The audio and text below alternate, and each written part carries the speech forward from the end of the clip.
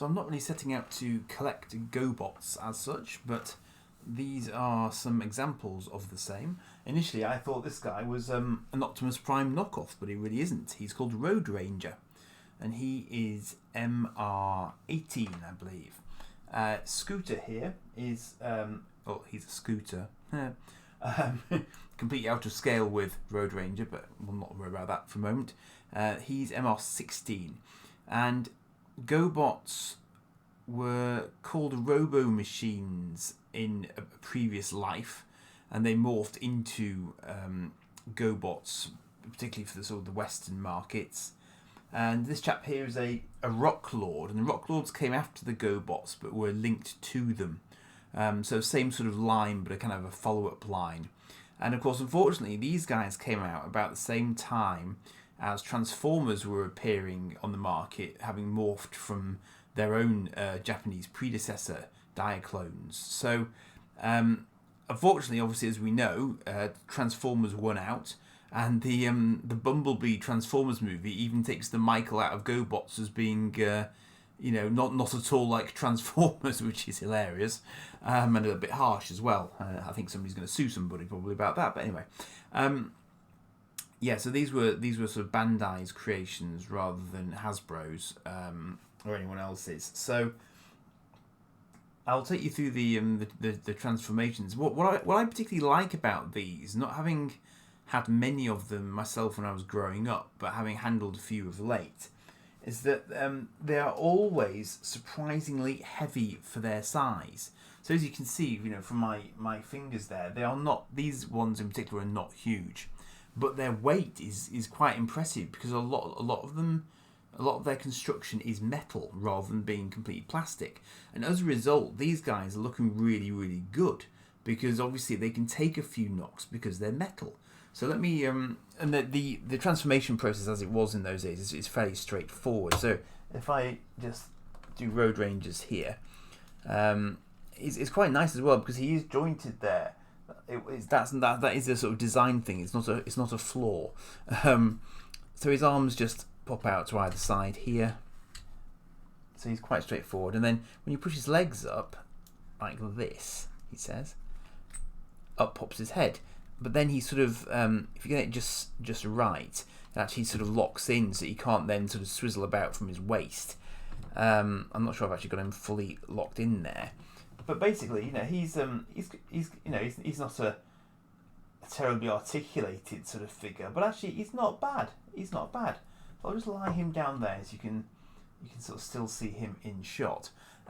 Scooter is a little bit more complex, and quite frankly, I'm probably doing it wrong. I have been accused of manhandling him overly before, but his legs kind of come out from there, and then those turn into his kneecaps there. Then his arms come out from here, but then his chest plate folds down there, and there's his little head. So move Road Ranger out of the way there, and you can get a better look at him. But again, he's got his stickers are in really good condition. These guys are also very well looked after. These were from Forever Retro again, near Bradford, and they were clearly well looked after, and they came in as part of the same collection, I'm told. So somebody obviously cared for these down the years, and he's in pretty good shape. And again, he stands up pretty happily. So I've got autofocus off because I'm working so close to them. So apologies if he's not quite in focus. But as you can see, he's got quite a detailed face, and generally, as I say, he's quite solid. Now, he was the sort of he could sort of do sort of holograms and stuff like that. I don't think he was much of a brawler. He was more like sort of the tech support of the grouping, I think. But he does appear in the intro for the cartoon, which Timmy Mallet used to introduce on TVAM as Gobots Go Botty, except with more oomph than that. But this guy, I didn't know what his name was. This guy, I believe, is Brimstone, as you might imagine. He's actually a renegade. And the Renegades were the Decepticons of the Gobots, basically. Now, whether I can remember how to actually get him out is another question altogether, because I think historically speaking, they're they are quite stiff, and so they tend to take their own paint off when you try and unleash them. But there he goes. Okay. Maybe it's easier if you actually take the arms out first. I don't know, but you can. They're just very, very tight, where the legs sort of fold in, so it is quite difficult to unwrap them. But there he goes, and I'm not sure about weapons for them. I think he is supposed to have an axe or something, but I just got him loose because it's always cheaper to get them loose if you just want an example of. Once you start forking out for weapons, things get decidedly more expensive. I'm just trying to get his other fist out without breaking him, because that would be a bad thing. I mean, he is tough though. I would say he's not as metal as, if he indeed is metal at all. I would say he's more plasticky.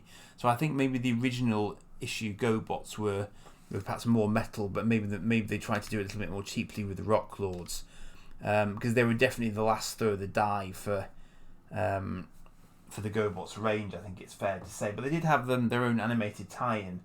They had their own sort of animated film, I believe, at least, if not a series. So they were definitely still trying. But I think they are quite nice toys. I mean, they're very colourful.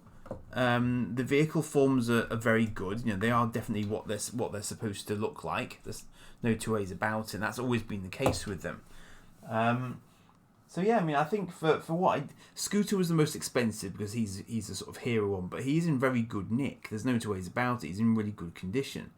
And Road Ranger's got a little bit of wear on his chrome, but really that's not a massive amount of damage there at all. And they all stand up really well. So yeah, it's a nice little group. I wasn't going hunting for them particularly, but they were just sort of sat there in the cabinet. I thought it would have been rude not to, really. So there you go. Cheers for now.